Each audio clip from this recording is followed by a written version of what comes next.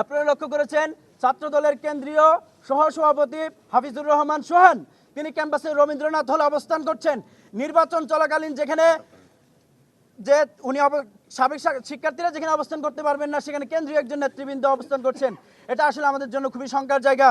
এরপরে বলতে চাই, যখন ভোট গ্রহণ শুরু হয়েছে প্রত্যেকটা হল ভোট কেন্দ্রে নিয়ম ছিল প্রত্যেকটা হলে সাংবাদিকদের অ্যাক্সেস থাকবে, কিন্তু আপনারা লক্ষ্য করেছেন যে নারী শিক্ষার্থীদের যে হলগুলো আছে সে হলগুলোতে অনেক শুরুর দিকে সাংবাদিকদের প্রবেশ করতে দেওয়া হয়নি এবং অনেককে বলা হয়েছিল আপনারা 5 সেকেন্ডে ভিডিও সংগ্রহ করে চলে যাবেন।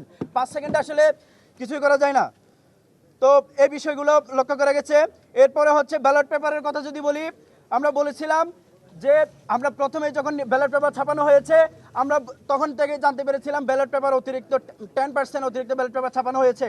এই বিষয়ে আমরা নির্বাচন কমিশনের সাথে কথা বলেছি, তারা স্বীকার করছেন 10% ব্যালট পেপার অতিরিক্ত ছাপানো হয়েছে। আমরা তীব্র প্রতিবাদ জানিয়েছিলাম এবং ওই দিন আমরা টিচারদের সাথে কথা বলে যেটা কথা হয়েছিল যে অতিরিক্ত যে ব্যালট পেপারগুলো আছে সেগুলো সিলগালা করা হবে।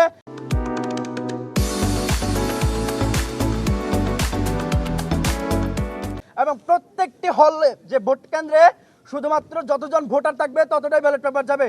কিন্তু আপনার আজকে কথা যদি বলি, শহীদ সালাম বরকত হলে টোটাল ভোটার সংখ্যা 299 জন, কিন্তু এখানে ব্যালট পেপার পাওয়া গেছে 400, এখানে 101টি অতিরিক্ত ব্যালট পেপার পাওয়া গেছে। তারপরে মীর মোশাররফ হোসেন হলেও অতিরিক্ত ব্যালট পেপার পাওয়া গেছে, এরপরে রোকেয়া হলেও অতিরিক্ত ব্যালট পেপার পাওয়া গেছে। এইভাবে আমরা অবশ্য খবর পেয়েছি, এইভাবে আরো অনেকগুলো হলে অতিরিক্ত ব্যালট পেপার পাওয়া গেছে। এই বিষয়টা বিশ্ববিদ্যালয়ের যে সংশ্লিষ্ট হলগুলো আছে আমরা জিজ্ঞেস করেছিলাম অতিরিক্ত ব্যালট পেপার কেন, তখন তারা বলল যে আসলে বিষয়টা আমরা কোনো কিছু জানি না। এই হচ্ছে বিশ্ববিদ্যালয় প্রশাসনের নির্বাচন কমিশনারের প্রস্তুতি। এখন পর্যন্ত আমরা জানতে পারছি তাজউদ্দিন হলে ভোট গ্রহণ বন্ধ আছে, একই সাথে বঙ্গমাতা হলে ভোট গ্রহণ বন্ধ আছে। তো এই বিষয়গুলো যে ভোটার তালিকায় অসঙ্গতি লক্ষ্য করা গেছে। এরপরে বলি যে আমাদের বিরুদ্ধে একটা মিথ্যাচার করে পরিকল্পিত মব সৃষ্টি করা হচ্ছে। কারণ বিশ্ববিদ্যালয় যে নির্বাচন কমিশন আসে ওনারা বলেছিলেন ভোট কেন্দ্রের 100 গজ পরে যে বিভিন্ন আমাদের যে ব্যালট পেপারগুলো আছে কি বলে লিফলেট প্যানেল পরিচিতি আছে, প্যানেল পরিচিতি বিতরণ করা যাবে 100 গজের বাইরে।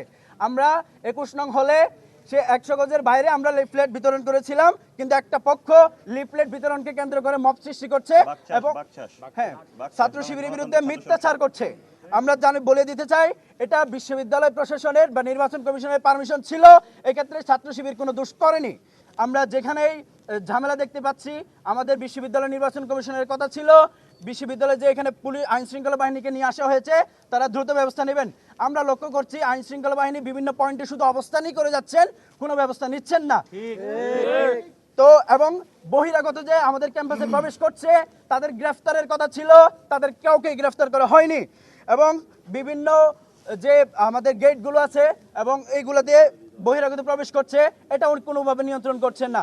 আমরা এই যে বিষয়গুলো বললাম এই বিষয়গুলো অবশ্যই নির্বাচন কমিশনারের স্পষ্টত ঘাটতি এবং ছাত্র দলের বাকশাসের স্পষ্ট এখানে দখলদারিত্ব বা প্রভাব বিস্তারের কথা লক্ষ্য করছি।